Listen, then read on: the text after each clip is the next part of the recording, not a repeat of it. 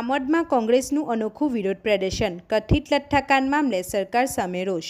ભરૂચ જિલ્લાના આમોદ શહેર ખાતે આમોદ શહેર અને તાલુકા કોંગ્રેસ સમિતિ દ્વારા ભાવનગરમાં થયેલા કથિત લઠ્ઠાકાંડના વિરોધમાં અનોખું વિરોધ પ્રદર્શન યોજવામાં આવ્યું હતું। વિરોધ પ્રદર્શનની શરૂઆત આમોદ શહેરમાં આવેલી ડૉક્ટર બાબા સાહેબ આંબેડકરની પ્રતિમાથી કરવામાં આવી હતી। ત્યારબાદ કોંગ્રેસના આગેવાનો અને કાર્યકર્તાઓ રેલી સ્વરૂપે આમોદ પોલીસ સ્ટેશન પહોંચ્યા હતા। રેલી દરમિયાન કોંગ્રેસના કાર્યકર્તાઓ દ્વારા સરકાર વિરુદ્ધ સૂત્રોચ્ચાર કરી કથિત લઠ્ઠાકાંડ મામલે જવાબદારો સામે કડક કાર્યવાહી કરવાની માંગ કરવામાં આવી હતી। આ વિરોધ પ્રદર્શનમાં આમોદ તાલુકાની વિધવા બહેનો પણ જોડાઈ હતી। વિધવા બહેનોએ કથિત લઠ્ઠાકાંડની ઘટનાને લઈને સરકાર સામે રોષ વ્યક્ત કરી વિરોધ પ્રદર્શનમાં ભાગ લીધો હતો। કોંગ્રેસ દ્વારા આક્ષેપ કરવામાં આવ્યો હતો કે ગુજરાતમાં દારૂબંધી હોવા છતાં રાજ્યના વિવિધ વિસ્તારોમાં દારૂ ખુલ્લેઆમ મળતો હોવાના બનાવો સામે આવી રહ્યા છે। દારૂબંધીના કાયદાનો અસરકારક અમલ કરાવવામાં રાજ્ય સરકાર નિષ્ફળ નીવડી હોવાનો પણ કોંગ્રેસે આક્ષેપ કર્યો હતો। ભાવનગરમાં બનેલી કથિત લઠ્ઠાકાંડની ઘટનાની નિષ્પક્ષ તપાસ કરી જવાબદાર લોકો સામે કડક કાર્યવાહી કરવાની માંગ સાથે કોંગ્રેસ દ્વારા રાજ્યના ગૃહ રાજ્યમંત્રી તેમજ બંને પ્રકારના મુખ્યમંત્રીના રાજીનામાની માંગ કરવામાં આવી હતી। રેલી સ્વરૂપે આમોદ પોલીસ સ્ટેશન પહોંચ્યા બાદ કોંગ્રેસના આગેવાનો દ્વારા આમોદ પીઆઈ આરબી કરમદિયાને આવેદનપત્ર આપવામાં આવ્યું હતું। આવેદનપત્ર આપતી વખતે આમોદ તાલુકા કોંગ્રેસ પ્રમુખ નરેન્દ્ર પટેલે પીઆઈ આરબી કરમદિયાને પગે પડી દંડવત કરી અનોખી રીતે પોતાનો વિરોધ વ્યક્ત કર્યો હતો। આ ઘટનાને પગલે પોલીસ સ્ટેશન ખાતે હાજર લોકોમાં પણ આ દૃશ્ય ચર્ચાનું કેન્દ્ર બન્યું હતું। આવેદનપત્રમાં કથિત લઠ્ઠાકાંડની ઘટનાની નિષ્પક્ષ તપાસ, જવાબદારો સામે કડક કાર્યવાહી તથા ગુજરાતમાં દારૂબંધીનો કડક અમલ કરાવવાની માંગ કરવામાં આવી હતી।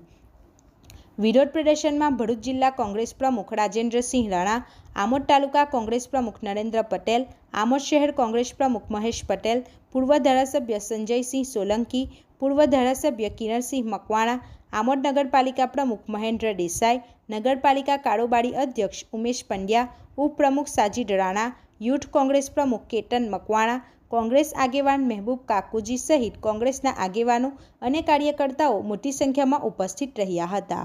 કોંગ્રેસે ભાવનગરની કથિત લઠ્ઠાકાંડની ઘટનાની નિષ્પક્ષ તપાસ કરી જવાબદાર લોકો સામે કડક કાર્યવાહી કરવાની તેમજ ગુજરાતમાં દારૂબંધીનો કડક અમલ કરાવવાની માંગ સાથે સરકાર સામે વિરોધ નોંધાવ્યો હતો। રિપોર્ટર પિયુષ મિસ્ત્રી સાથે ગુજરાત અદ્ભુત ન્યૂઝ ગુજરાતી। ગુજરાતમાં જ્યારથી ભારતીય જનતા પાર્ટીની સરકાર છે, સામાન્ય માણસ માટે જીવન દુષ્કર બની ગયેલું છે। આજે મોંઘવારી જુઓ, તમે ડુંગળી જુઓ, ખાંડ જુઓ, તેલ જુઓ, સામાન્ય માણસ 500 રૂપિયા રોજીરોટી કમાયેલો માણસ સાંજે જીવી શકે, ખાઈ શું શકે, એ બહુ મોટો પ્રશ્ન ઊભો થઈ ગયેલો છે। મોંઘવારીએ મજા મૂકી છે। સાથે સાથે લઠ્ઠાકાંડ હમણાં જ ભાવનગરમાં બન્યો, તમે જોયું હશે કે એક બોટલમાંથી 250 બોટલ બની, 120 બોટલ પોલીસને બરામદથી 130 બોટલ હજુ મળી નથી। તો 130 બોટલ ગુજરાતના કયા ખૂણે છે? 130 પરિવાર હજુ બરબાદ થવાના છે। દુઃખની વાત તો એ છે કે જ્યારે પહેલો માણસ પકડાયો અને તરત જો એક્શન સરકાર આવી ગઈ હોત તો આજે બીજા 10 કરતાં વધુ લોકોના મૃત્યુ થયા છે, એ લોકોનો પરિવાર બચી ગયો હોત। ત્યારે ખોટો દારૂ, ખોટી એક બોટલમાંથી 250 બોટલ કરી અને જે લઠ્ઠાકાંડ કરેલો છે એની સામે આ બુટલેગરોને ઊભા કરવામાં ભારતીય જનતા પાર્ટી દ્વારા જ ઊભા કરવામાં આવેલા છે।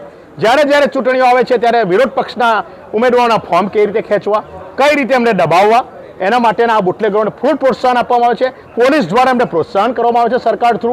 ત્યારે એના વિરોધમાં આજે આ જે કંઈ બનેલું છે, આ સરકારને 1 મિનિટ રહેવાનો અધિકાર નથી। આ ગાંધી સરદારની ભૂમિ છે। હર્ષભાઈ સંઘવી ડાન્સ કરી રહ્યા છે જ્યાં જ્યાં થાય, પણ ડાન્સ કરવાનો નથી। આ તમારે સરકાર ચલાવવાની છે। આ ભોપાભાઈની સરકાર 2027માં ઘેર જવાની છે અને જવાની છે।